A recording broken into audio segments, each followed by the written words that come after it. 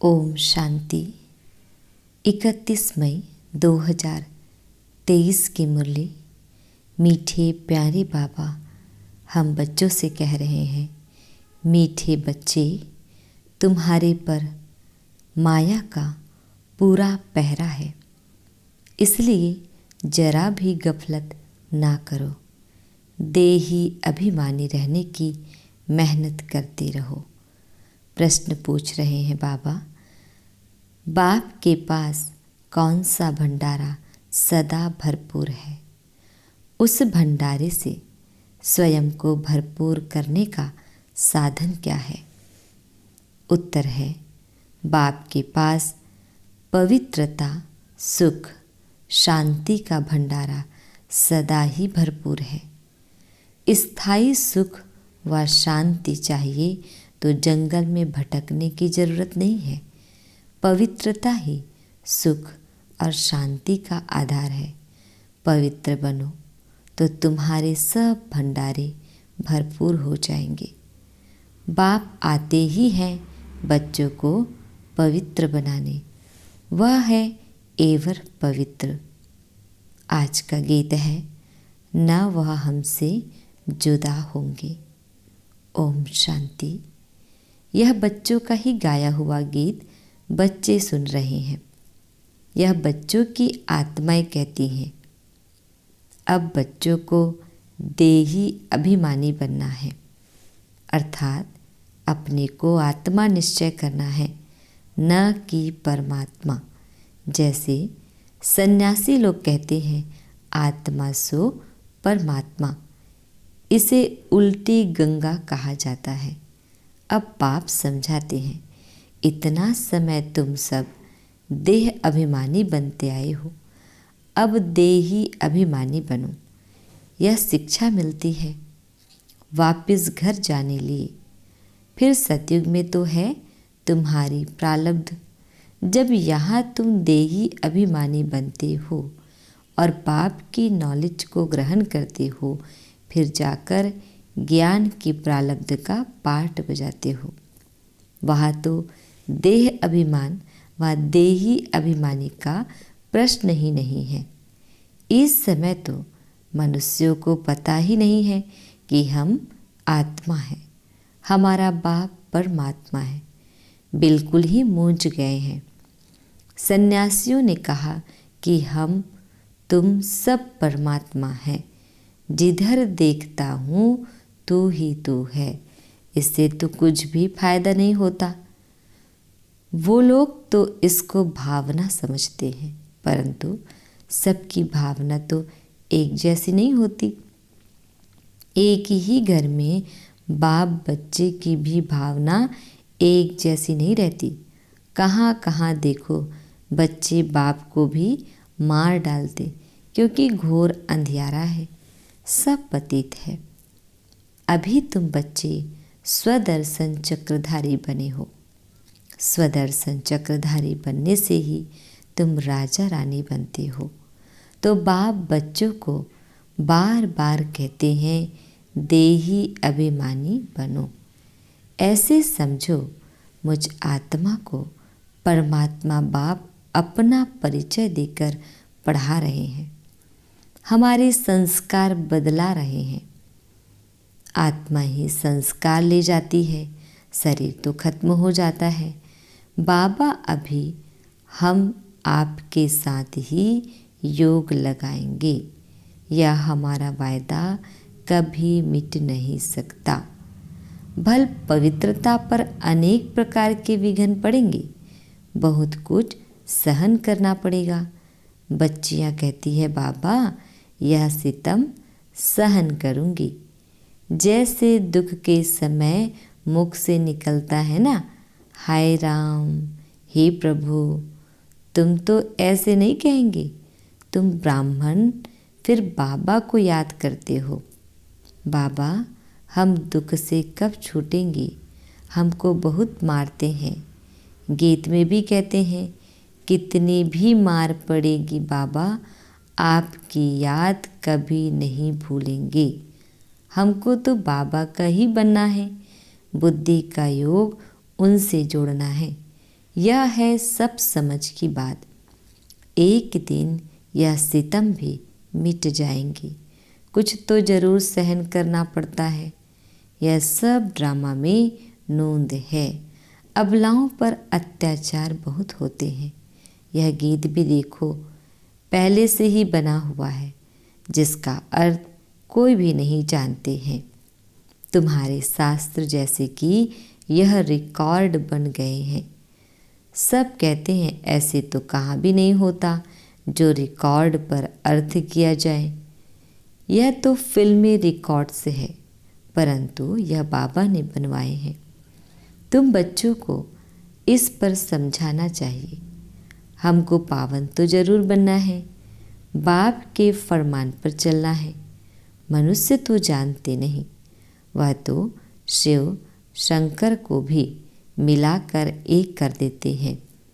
श्री कृष्ण भी भगवान है, वह तो हाजिरा हजूर है। जिधर देखो कृष्ण ही कृष्ण है। राधे के पुजारी फिर कहेंगे जिधर देखो राधे ही राधे है। साईं बाबा के भक्त होंगे तो कहेंगे जिधर देखो साईं बाबा ही साईं बाबा है। कितना अंधियारा है, यह फिर भी होना ही है, बना बनाया ड्रामा है। तुम कहते हो इस ज्ञान यज्ञ से विनाश ज्वाला प्रज्वलित हुई, तो कहते हैं तुम्हारे बाबा ने ऐसा यज्ञ रचा है जो विनाश करा देते हैं। हम कहते हैं शांति हो जाए, तुम फिर विनाश कराते हो। रुद्र ज्ञान यज्ञ नाम तो है ना। यज्ञ रचा जाता है ब्राह्मणों से। तुम ब्रह्मा कुमार कुमारियाँ ब्राह्मण ठहरे, वह हद के यज्ञ रचते हैं सेठ लोग। उसमें रुद्र यज्ञ नामी ग्रामी है, वह उसमें ज्ञान का अक्षर नहीं लगाते हैं। यह तो है रुद्र ज्ञान यज्ञ, उनको ज्ञान यज्ञ नहीं कहेंगे। बाबा ने समझाया है ज्ञान से ही तुम्हारी सदगति होती है। वहाँ माना सतयुग में इस ज्ञान की दरकार नहीं, वहाँ तो है ही सदगति स्वर्ग। यह तो समझने की बात है ना। बाप बैठ ब्राह्मणों को ज्ञान देते हैं, दिखाते हैं रथ पर रथी बैठे थे।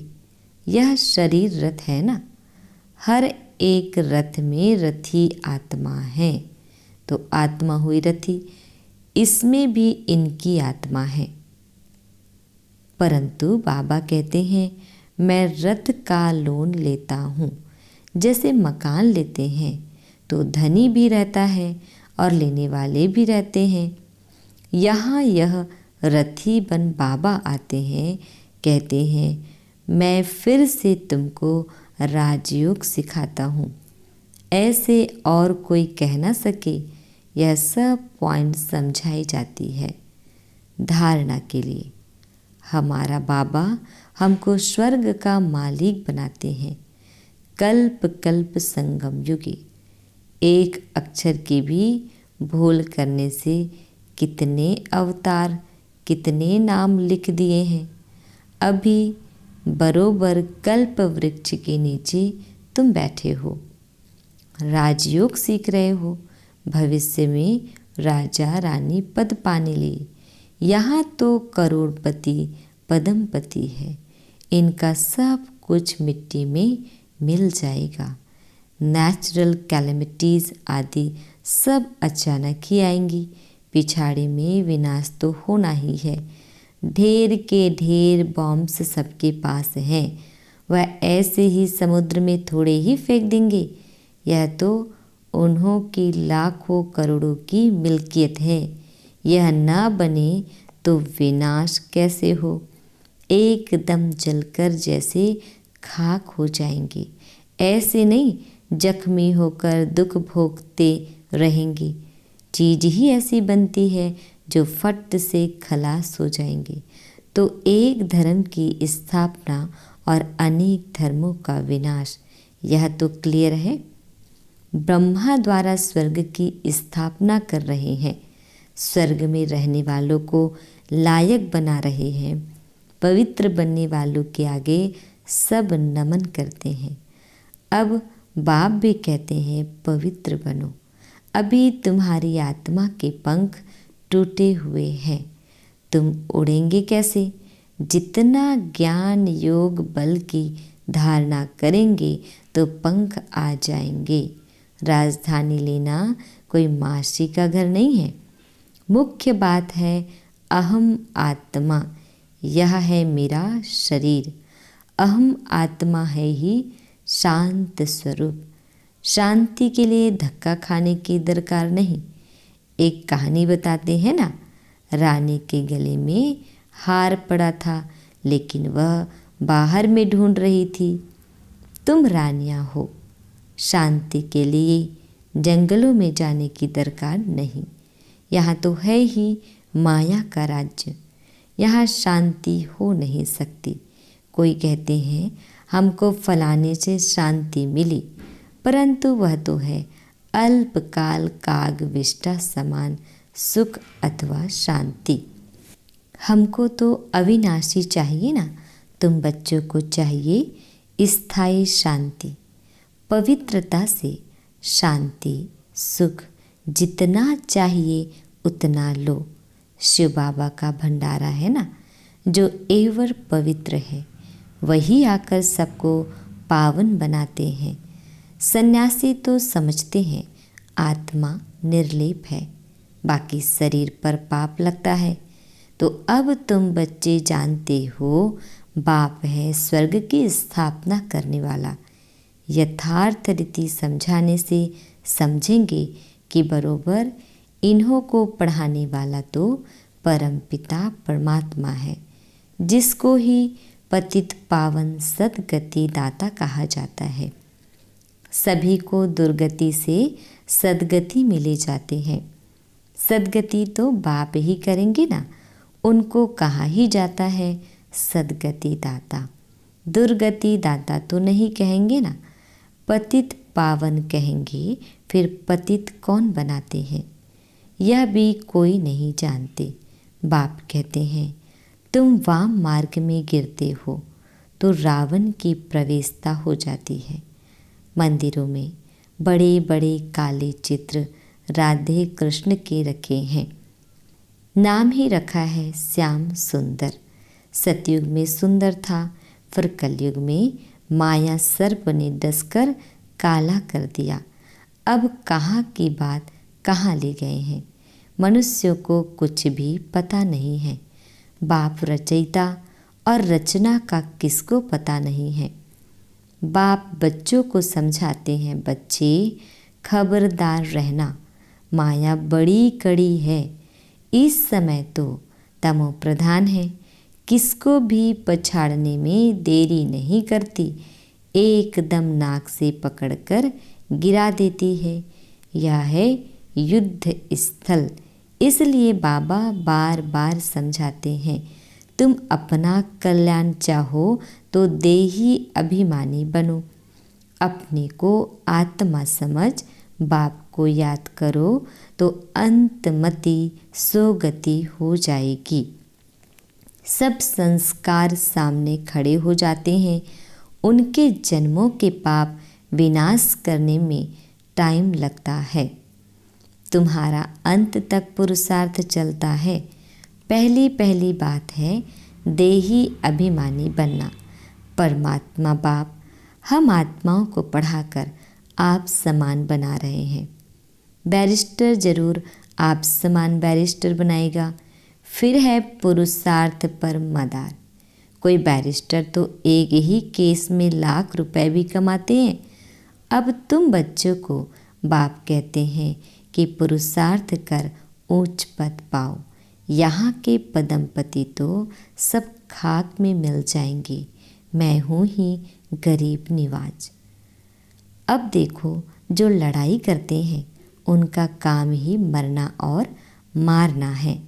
वह संस्कार ले जाते हैं, जन्म भल गृहस्थी के घर में लेने, परंतु फिर लड़ाई में चले जाते हैं। बाबा तो बहुत सहज समझाते हैं, जन्म जन्म के पाप है, इसलिए योग बहुत अच्छा चाहिए, तब ही विकर्म विनाश होंगे। सिर से बोझा कैसे उतारे, इसके लिए जितना हो सके उतना बाप को याद करना चाहिए। बाबा आप कितने मीठे हो। बाप कहते हैं लाडले बच्चे, गफलत नहीं करना, माया पूरा पहरा दे रही है, इसलिए देही अभिमानी भाव।